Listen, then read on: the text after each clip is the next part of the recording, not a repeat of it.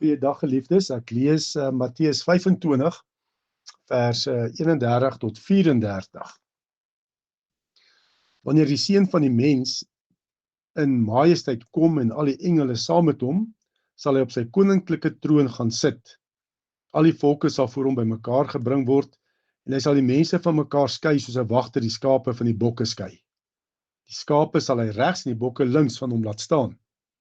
Dan sal die koning vir die aan sy regterkant sê: Kom, julle wat deur my Vader geseën is. Die koninkryk is van die skepping van die wêreld af vir julle voorberei. Neem dit as erfenis in besit.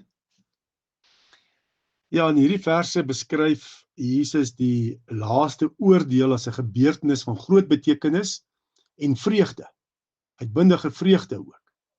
In vers 34 beklemtoon Jesus 'n kernwaarheid van die evangelie.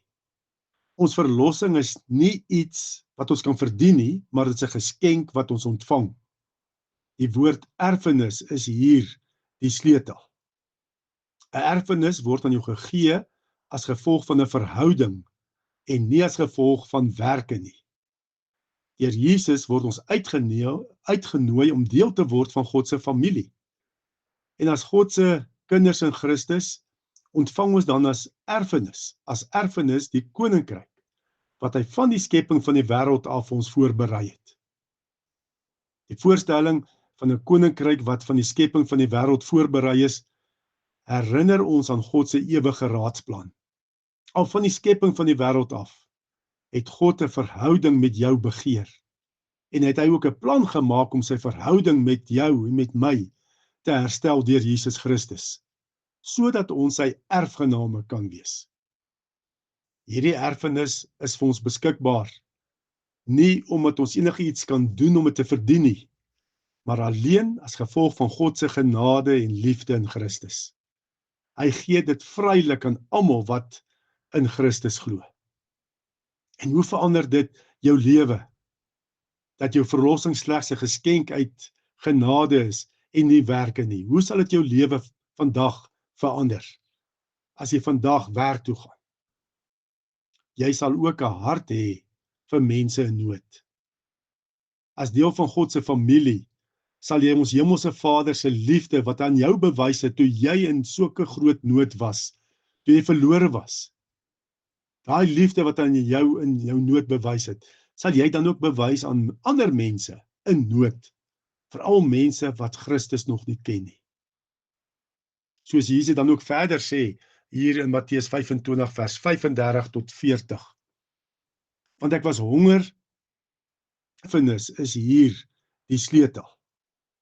'n Erfenis word aan jou gegee as gevolg van 'n verhouding en nie as gevolg van werke nie. Deur Jesus word ons uitgenooi om deel te word van God se familie. En as God se kinders in Christus ontvang ons dan as erfenis die koninkryk wat hy van die skepping van die wêreld af ons voorberei het. Die voorstelling van 'n koninkryk wat van die skepping van die wêreld voorberei is, herinner ons aan God se ewige raadsplan. Al van die skepping van die wêreld af het God 'n verhouding met jou begeer. En het hy ook 'n plan gemaak om sy verhouding met jou en met my te herstel deur Jesus Christus, sodat ons sy erfgename kan wees. Hierdie erfenis is vir ons beskikbaar, nie omdat ons enigiets kan doen om dit te verdien nie, maar alleen as gevolg van God se genade en liefde in Christus. Hy gee dit vrylik aan almal wat in Christus glo. En hoe verander dit jou lewe?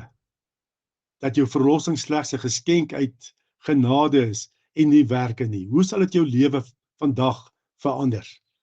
As jy vandag werk toe gaan. Jy sal ook 'n hart hê vir mense in nood. As deel van God se familie, sal jy ons hemelse Vader se liefde wat aan jou bewys het toe jy in sulke groot nood was, toe jy verlore was. Daai liefde wat aan jou in jou nood bewys het, sal jy dan ook bewys aan ander mense in nood, veral mense wat Christus nog nie ken nie. Soos Jesus dan ook verder sê, hier in Matteus 25 vers 35 tot 40. Want ek was honger, en julle het my iets gegee om te eet. Ek was dors en julle het my iets gegee om te drink. Ek was 'n vreemdeling en julle het my gehuisves. Ek was sonder klere en julle het vir my klere gegee. Siek en julle het my verpleeg. In die tronk en julle het my besoek. En dan sal die mense nou vra, maar waar was dit wat u honger en siek en naak was en in die tronk was?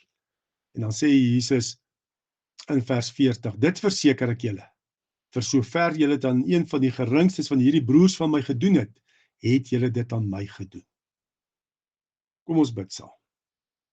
Ons Vader wat in die hemel is, dankie vir ons ewige erfenis in Christus, dat ons deel het aan u koninkryk, dat ons deel is van u familie, dat ons u kinders is, dat u ons erfgename maak alleen uit genade en liefde in Christus.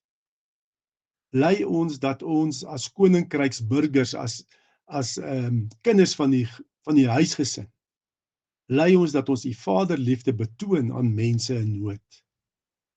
Ons vra dit in Jesus Christus se naam alleen. Amen.